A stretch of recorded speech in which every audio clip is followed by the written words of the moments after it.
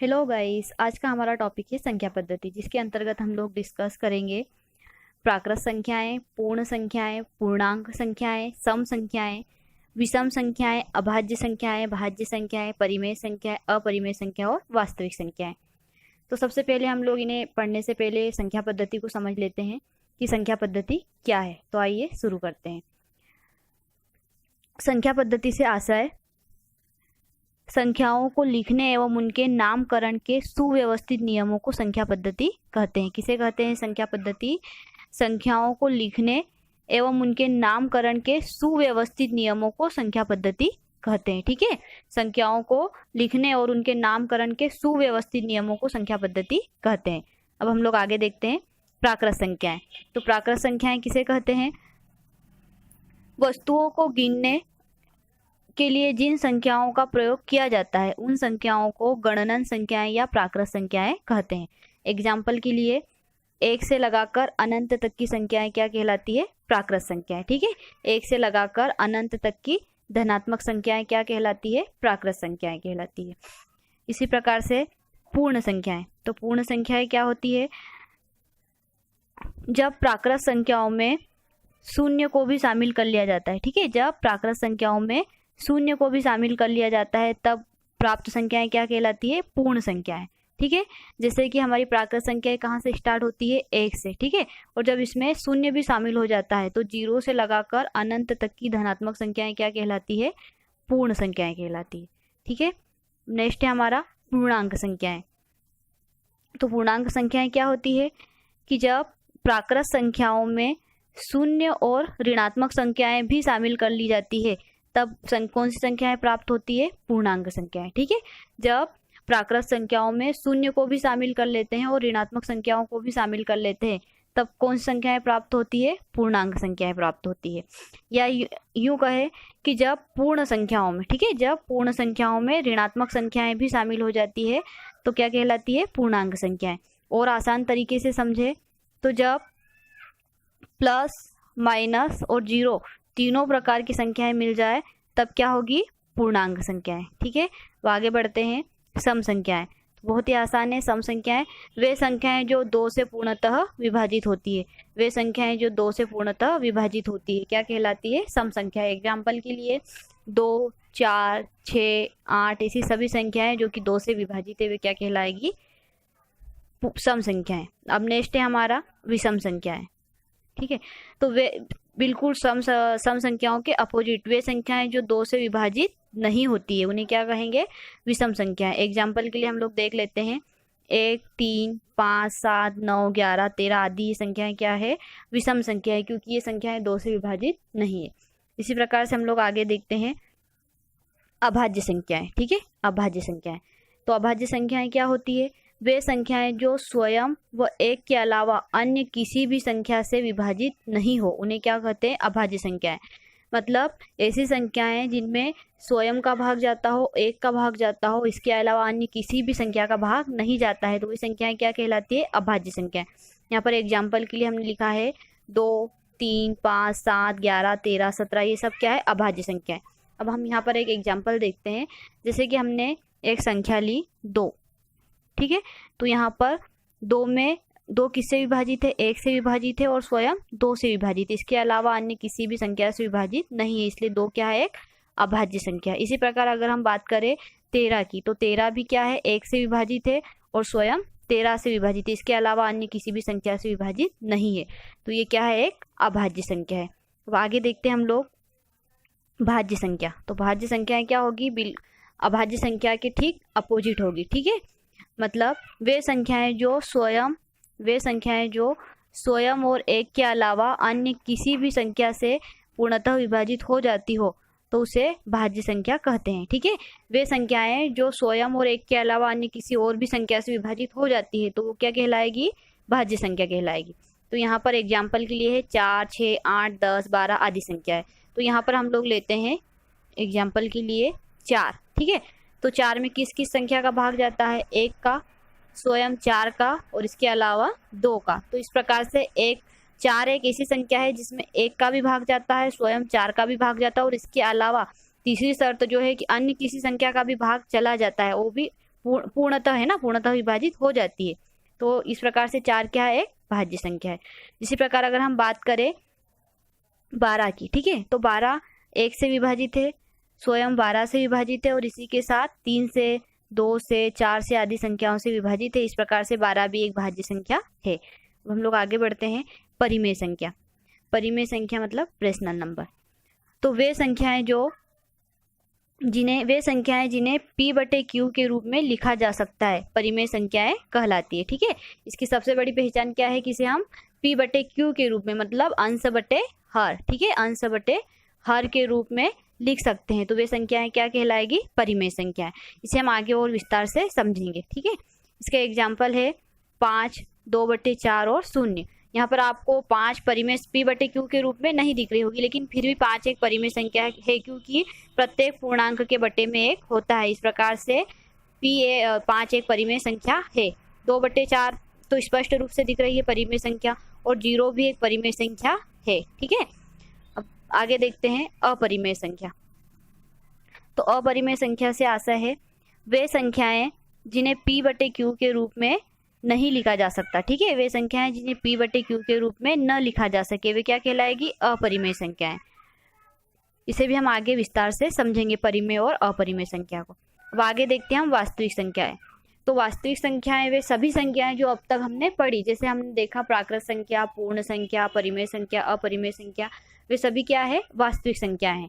यहाँ पर हम लोग देख लेते हैं वे संख्याएं जो या तो परिमेय है अथवा अपरिमेय है, वास्तविक संख्याएं कहलाती है। ठीक है, वे समस्त संख्याएं जो या तो परिमेय है या अपरिमेय है, वे वास्तविक संख्याएं कहलाती है। क्योंकि अभी तक हमने जितनी भी संख्याएं पढ़ी है वो या तो परिमेय है या अपरिमेय है। तो इस प्रकार से वास्तविक संख्याएं क्या होती है, परिमेय और अपरिमेय दोनों, या तो वे परिमेय है या फिर अपरिमेय है, वे सभी क्या कहलाएगी, वास्तविक संख्याएं। अब आगे हम लोग देखते हैं सअभाज्य संख्याएं। ठीक है, सअभाज्य संख्याएं क्या होती है।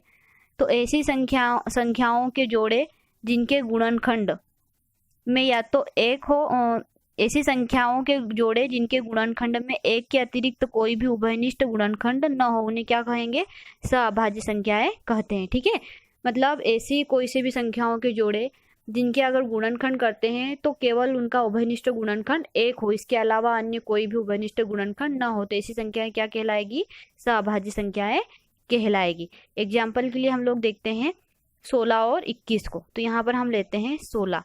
तो 16 के गुणनखंड क्या होंगे, पहला गुणनखंड होगा 16 का 1 गुणित 16, सेकेंड हो सकता है इसका 4 गुणित 4, एक और क्या हो सकता है इसका गुणनखंड 2 गुणित 8।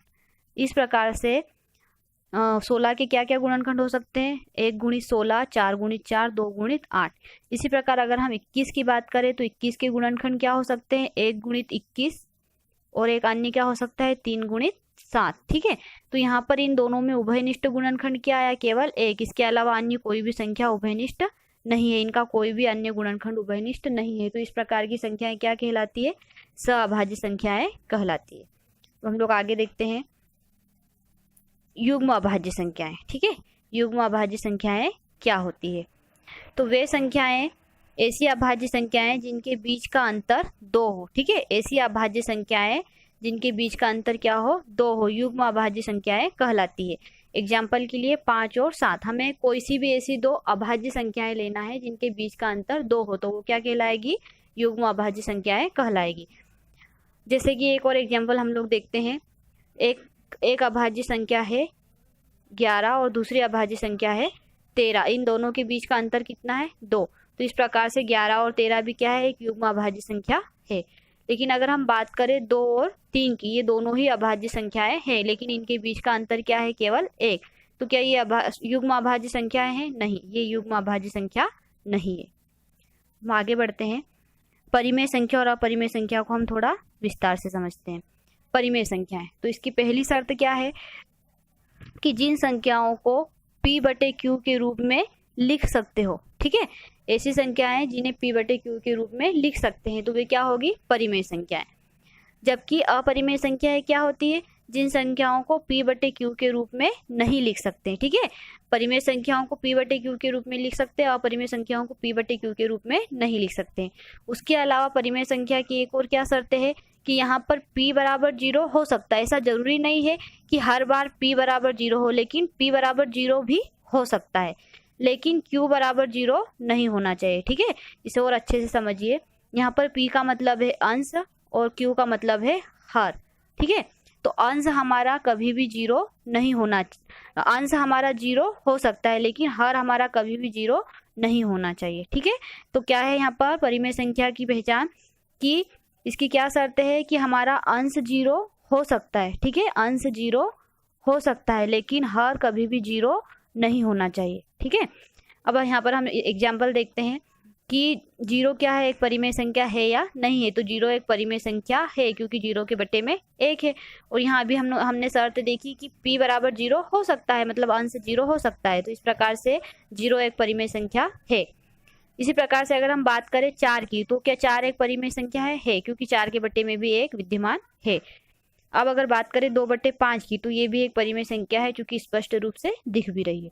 अब बात करते हैं कर्णी 25 की, तो क्या कर्णी 25 एक परिमेय संख्या है? हाँ है, क्योंकि कर्णी 25 एक पूर्ण वर्ग संख्या है ना। कर्णी 25 क्या है? पूर्ण वर्ग संख्या है। इसका वर्गमूल क्या हो जाएगा? 5। इस प्रकार से कर्णी 25 भी एक परिमेय संख्या है। अब आगे हम लोग देखते हैं अपरिमेय संख्या। तो अपरिमेय संख्या के एग्जाम्पल क्या है? 5/0, ये एक अपरिमेय संख्या है। कैसे? मतलब जब भी संख्या, मतलब यहाँ पर परिमेय संख्या की परिभाषा क्या थी, कि क्या शर्त थी कि q बराबर 0 नहीं होना चाहिए, और जब q बराबर 0 आ जाए तो वो क्या हो जाएगा? एक अपरिमेय संख्या हो जाएगी। मतलब सीधे शब्दों में अगर हम समझे तो जो हर होता है वो कभी भी 0 नहीं होना चाहिए। ठीक है, जो q होता है वो कभी भी 0 नहीं होना चाहिए। ऐसी स्थिति में संख्या क्या कहलाएगी? अपरिमेय संख्या। दूसरा एग्जाम्पल है कर्णी 13। तो क्या कर्णी 13 एक परिमेय संख्या है या अपरिमेय संख्या है? तो ये एक अपरिमेय संख्या है, क्योंकि कर्णी 13 एक पूर्ण वर्ग संख्या नहीं है। इस प्रकार से हमने परिमेय और अपरिमेय संख्याओं को समझा। अब अगला, इस प्रकार हमने आज के इस वीडियो में संख्या पद्धति की कुछ महत्वपूर्ण फैक्टर को समझा। उम्मीद करती हूँ कि आपको ये समझ में आया होगा। एक बार हम फिर से इसे रिपीट करते हैं और थोड़ा आसान तरीके से और अधिक आसान तरीके से इसे समझते हैं। जैसे कि हमने सबसे पहले पढ़ा प्राकृत संख्याएं। ठीक है, तो प्राकृत संख्याएं क्या होगी? समस्त धनात्मक संख्याएं, 1 से लगाकर अनंत तक की समस्त धनात्मक संख्याएं क्या होगी? प्राकृत संख्याएं, है ना। इसे हम कैसे याद रखेंगे कि जो गिनने के लिए जिन संख्याओं का प्रयोग किया जाता है वे सभी क्या होगी? प्राकृत संख्याएं। अब हम देखते हैं पूर्ण संख्याएं। तो जहां पर प्राकृत संख्याओं में शून्य भी शामिल हो जाए, ठीक है, जहां पर प्राकृत संख्याओं में शून्य भी शामिल हो जाए, मतलब 0 से लगाकर अनंत तक की धनात्मक संख्याएं क्या होगी? पूर्ण संख्या। इसे हम याद कैसे रखेंगे? जैसे अधिकांशतः एग्जाम में क्वेश्चन आता है कि सबसे छोटी पूर्ण संख्या क्या है, तो सबसे छोटी पूर्ण संख्या क्या होगी? 0 होगी। अब इसे हम कैसे याद रख सकते हैं? जब भी पूर्ण की बात होती है, ठीक है, पूर्ण, तो अगर हम अपने माइंड में एक पिक्चर सेट कर लेते हैं कि पूर्ण मतलब संपूर्ण धरती कैसी है? गोल है। संपूर्ण धरती कैसी है? गोल है। तो संपूर्ण में पीछे क्या आ रहा है? पूर्ण। इस प्रकार से पूर्ण संख्या, सबसे छोटी पूर्ण संख्या क्या है? 0। ठीक है, सबसे छोटी पूर्ण संख्या 0 से स्टार्ट होती है। नेक्स्ट देखते हैं पूर्णांक संख्या। अगर हम इस पूर्णांक संख्या को विच्छेद करें, संधि विच्छेद करें इसका, तो क्या होगा? पूर्णांक का संधि विच्छेद पूर्ण धन अंक। ठीक है, मतलब पूर्ण अंक। ठीक है, पूर्णांक का संधि विच्छेद होगा पूर्ण अंक। तो जब पूर्ण अंक शामिल हो जाए, ठीक है, जब पूर्ण अंक शामिल हो जाए, मतलब प्लस माइनस 0 सभी प्रकार के अंक शामिल हो जाए, तब क्या होगी? पूर्णांक संख्या है। मतलब जहां पर माइनस, प्लस और 0 सभी संख्याएं आ गई तो वहां पर क्या होगा? पूर्णांक संख्या है। इस प्रकार से सम संख्या आसान है, विषम संख्या भी आसान है। और अभाज्य संख्या में स्वयं और 1 के अलावा अन्य किसी संख्या का भाग नहीं जाता। ठीक इसके विपरीत भाज्य संख्या में स्वयं व 1 के अलावा अन्य किसी संख्या का पूर्णतः भाग चला जाता है। परिमेय संख्याएं वे होती है जिन्हें p/q के रूप में लिख सकते हैं। और इसमें ये कोई 0 वाला एक महत्वपूर्ण पॉइंट है कि क्या 0 एक परिमेय संख्या है? ये एग्जाम में अधिकांशतः पूछा जाता है। इसी के साथ पाई का पूछा जाता है कि क्या पाई एक परिमेय संख्या है? तो हाँ, पाई एक परिमेय संख्या है। कई बार इसे इस तरीके से दिया जाता है, कई बार इस तरीके से, और कई बार इसका दशमलव में मान दिया जाता है। फिर है अपरिमेय संख्याएं। तो अपरिमेय संख्या क्या है? जिन्हें p/q के रूप में नहीं लिखा जा सकता। और इसकी अन्य एक और पहचान क्या है कि जिन संख्याओं के बट्टे में 0 होता है वे अपरिमेय संख्याएं होती है। एक और पहचान ये है कि ऐसी संख्याएं जो पूर्ण वर्ग नहीं है और उन पर कर्णी लगी हुई है, तो वे संख्याएं क्या होगी? अपरिमेय संख्या होगी। इसी के साथ वास्तविक संख्याएं क्या होती है? समस्त परिमेय और अपरिमेय संख्याएं वास्तविक संख्याएं है। और सअभाज्य संख्याएं क्या होती है? कि ऐसी संख्याओं के जोड़े जिनके गुणनखंडों में एक के अलावा अन्य कोई भी उभयनिष्ठ गुणनखंड नहीं हो तो वे क्या कहलाएगी, सहअभाज्य संख्याएं। उसके बाद हमने देखा युग्म अभाज्य संख्याएं, तो ऐसी अभाज्य संख्याएं जिनके बीच 2 का अंतर हो तो वो क्या होगी, युग्म अभाज्य संख्याएं। ठीक है, उम्मीद करती हूँ आप